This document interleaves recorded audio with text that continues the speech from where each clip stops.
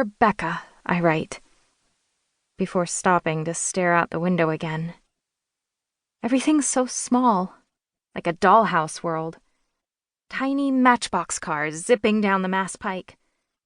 From up here, you can't see the people inside. From up here, it looks perfect. That's how my life used to be. I didn't realize it until now. Didn't have anything else to compare it to. But it was.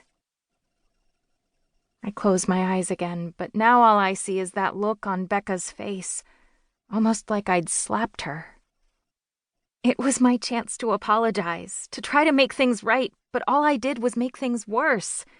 Me and my big mouth. Guess all that time hanging out with Kennedy finally wore off on me. I press my pen to the paper.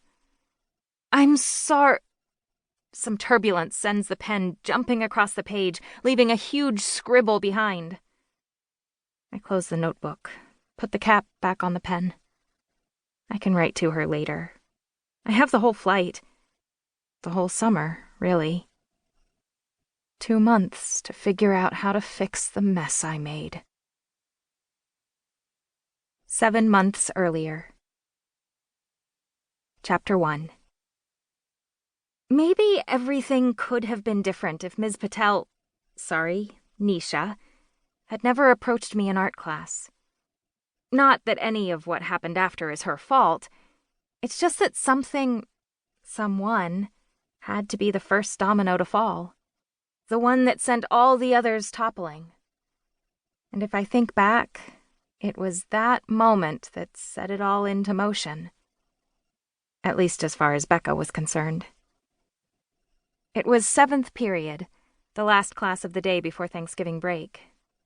But you wouldn't have been able to tell from peeking into the art room on that gray day.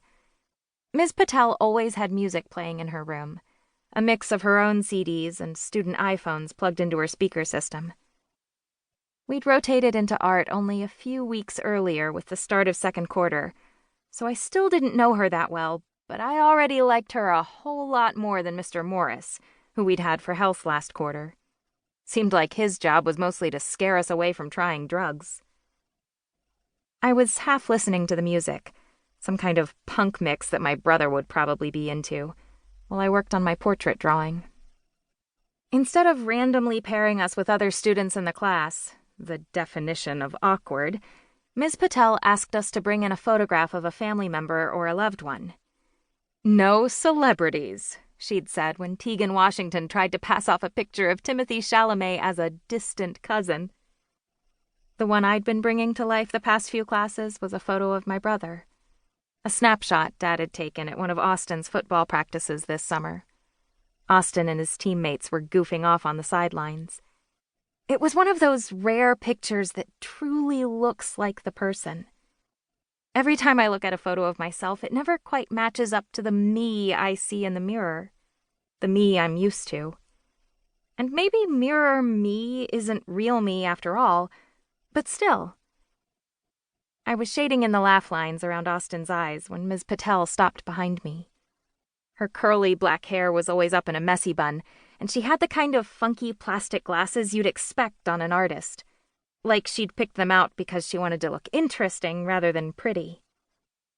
"Nice work, Emma," she said. "That your older brother?" I nodded, not stopping working just because she was there. There were only a few minutes left before the bell would ring, and I wanted to finish his eyes. "I can see the resemblance." She picked up the photograph.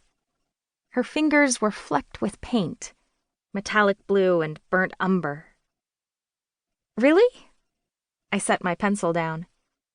"Absolutely. It's all about the composition, how your nose, eyes, and mouth relate to each other. The exact same proportions." My heart sank a little. It wasn't like I wanted my art teacher to tell me I was beautiful or something. That would be weird. And it's not like I think my own brother is attractive. Also weird. But there are some things you kind of figure out from living in the world, from seeing how people react to other people. Austin was one of those shiny people, the kind everyone paid attention to when he